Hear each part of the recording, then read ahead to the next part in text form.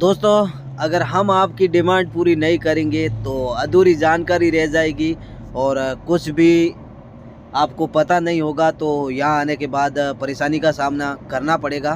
तो इसलिए हम आपको एक रियल और बेहतरीन जानकारी देने का काम करेंगे।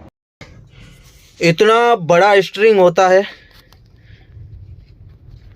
इतना बड़ा स्ट्रिंग होता है और यहाँ पे स्पीड है 120 है ट्रक की, लेकिन 120 जाती नहीं है, आप देख सकते हो। और ये ट्रक का गियर है, आगे पीछे होता है, ये गियर है। हालांकि सुना है कि ट्रक ड्राइविंग बहुत ही अच्छे से कर सकते हैं और बहुत ही अच्छा यहाँ फील हो रहा है। तो ये चाबी है ट्रक की।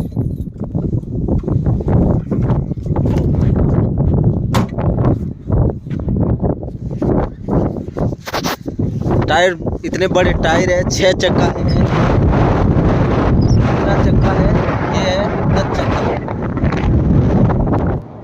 दोस्तों, कुवैत में ट्रक ड्राइवर उनका सैलरी कितना होता है और उनका वीज़ा कितना नंबर होता है और वो यहाँ कैसे पहुँचते हैं, और अगर उनको वीज़ा मिलता है तो कितना सर्विस चार्ज लग जाता है, और फिर यहाँ पहुँचने के बाद उनकी तनख्वाह कितनी होती है। गाइज, अगर आप फर्स्ट टाइम कुवैत में ट्रक ड्राइविंग में आते हैं तो सबसे पहले आपको क्या करना है वो जान लीजिए। नंबर 1 पे दोस्तों, अगर आप इंडिया से कुवैत आना चाहते हैं या किसी भी कंट्री से आना चाहते हैं तो ट्रक ड्राइवर में आपको 18 नंबर वीज़ा चाहिए। 18 नंबर वीज़ा में ही आपका हेवी लाइसेंस बनेगा और आपके पास हेवी लाइसेंस होना चाहिए। अगर आपके पास दोस्तों हेवी लाइसेंस नहीं है तो आप बना लीजिए। नॉर्मली आपका जो लाइट लाइसेंस है उनके ज़रिए बन जाता है, और इंडिया में जो हेवी लाइसेंस और ट्रक ड्राइविंग करते हैं उनके पास बहुत कम लोगों के पास होते हैं। तो आप अपना हेवी लाइसेंस बना लीजिए, और उसके बाद में अगर आप कुवैत कंट्री या अरब कंट्री कहीं भी आते हैं तो अगर कुवैत आते हैं तो आपको 18 नंबर वीज़ा की ज़रूरत पड़ेगी, और वो आपको वीज़ा जमिया से मिल सकता है और कंपनी के थ्रू ही मिलेगा। ये 2 ही चीज़ें आपको वीज़ा दे सकती है। अगर आप इंडिया से वीज़ा लेके यहाँ पहुँचोगे तो आपका लगभग आप मान के चलो 140, 160 इतना तक आपको खर्चा लग जाएगा। हालांकि कंपनी में कई बार वीज़ा निकलता है तो वो पैसे चार्ज करती है कंपनी, और कई बार फ्री ऑफ कॉस्ट होता है। लेकिन ये पैसे जो वीज़ा के हैं ना, वो आपके कहाँ लगते हैं, वो आपकी कंट्री इंडिया में ही लगते हैं, और आप जिस एजेंट के तरीके से वीज़ा अप्लाई करते हो वो आपको वीज़ा देगा, तो आपसे ये 1,40,000 1,60,000 वो पे करता है तो आपको कुवैत तक पहुंचाने का।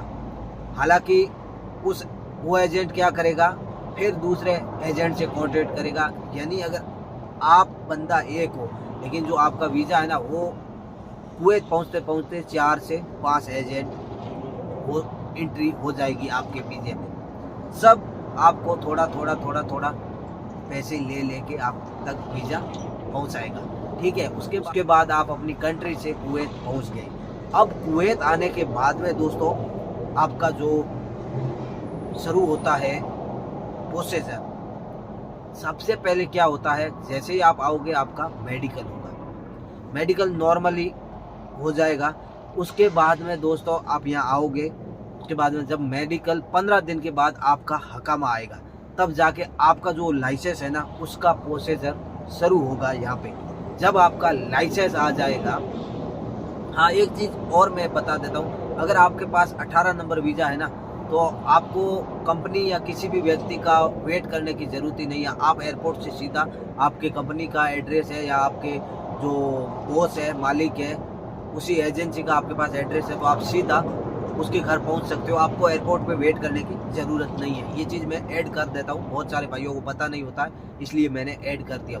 हाँ, उसके बाद में आपका 15 दिन के बाद में जो हकामा बन जाएगा, और हकामा बनने के बाद में आपके लाइसेंस का प्रोसीजर शुरू होगा। अब लाइसेंस का आपका बड़ी गाड़ी है तो बड़ी गाड़ी का जहाँ बना हुआ है कुवैत के अंदर जहाँ ट्रेनिंग सेंटर है। पहले आंखों का टेस्ट होगा, फिर आपका कंप्यूटर टेस्ट होगा और फिर लास्ट में आपको गाड़ी ड्राइविंग करने के लिए बड़ी गाड़ी है उसके ज़रिए आपको ट्रेनिंग देना है। उसके बाद में आपके लाइसेंस बन के आपके हाथ में आ जाएगा। अब आपको कंपनी बड़ी गाड़ी दे देगी और आपको चलाना है। जो काम होगा वो कंपनी में कई बार बस चलाने का भी मिल जाता है और कई बार बड़ी गाड़ी 12 चक्का, 16 चक्का, 18 चक्का, यहाँ सब चक्का है यहाँ पे, तो वो गाड़ी का है। जैसे कंपनी के पास आपको किस डिमांड में बुलाया है यहाँ पे, वो काम आपको कंपनी दे देगी और वो काम देने के बाद में दोस्तों आपका लाइफ स्टार्ट हो जाएगी। और जो आपकी सैलरी है ना, यहाँ पे आके जो आपको हाथ में मिलेगी वही आपके लिए बेहतर है। इंडिया से या आप किसी भी कंट्री से वीज़ा लेके आओगे ना, किसी के अंडर में काम करने, तो आपकी सैलरी वो एजेंट आपको ज़्यादा बताएगा। 160 भी बता सकता है, 180 भी बता सकता है और 200 भी बता सकता है। लेकिन जो नया आदमी आता है, कितना भी हेवी लाइसेंस क्यों ना हो इंडिया का उनके पास, अगर वो इंडिया से सीधा आ रहा है तो दोस्तों उनकी सैलरी 150 से ज़्यादा नहीं रहेगी। हाईएस्ट 150 सैलरी रहेगी ट्रक ड्राइवर वालों की। ट्रक ड्राइवर में सब आ जाते हैं, बस और लोडिंग, जो कि 6 चक्का से ऊपर वाली गाड़ी सब आ जाती है उसी आपका हेवी लाइसेंस में। उसके बाद का जो प्रोसीजर है, आपको यहाँ आने के बाद में जो सैलरी मिलेगी वो आपके लिए सबसे बेहतर होगी। और जो आपको कंपनी कितना सैलरी पे करती है पर मंथ, वो आपके लिए कई बार ट्रिप पे होती है। जैसे कि आपकी सैलरी है और आप ट्रिप करोगे, सैलरी दोस्तों आपको एक्स्ट्रा मिलती है आपके ट्रिप के हिसाब से, ठीक है। वो आपके कंपनी के ऊपर है ओवर टाइम कितनी पे करती है। और हर व्यक्ति की ओवर टाइम नहीं होती है, लेकिन 90% 10 घंटे ड्यूटी के बाद ओवर टाइम ट्रक ड्राइवरों की स्टार्ट दोस्तों हो जाती है। और अगर आप गलत रिटेनर है ना, आपके पास लाइसेंस है ना, तो आपकी सैलरी 200 से केडी से ऊपर ही रहेगी। आप कहीं भी अरब कंट्री में जाओगे, यहाँ कुवैत का मैं बता देता हूँ, 200 केडी से ऊपर रहेगी, ठीक है। और उसके बाद में काम वही है ड्राइवर का, ठीक है। अब आपका रहना, कंपनी 90% आपको रूम दे देगी कंपनी, लेकिन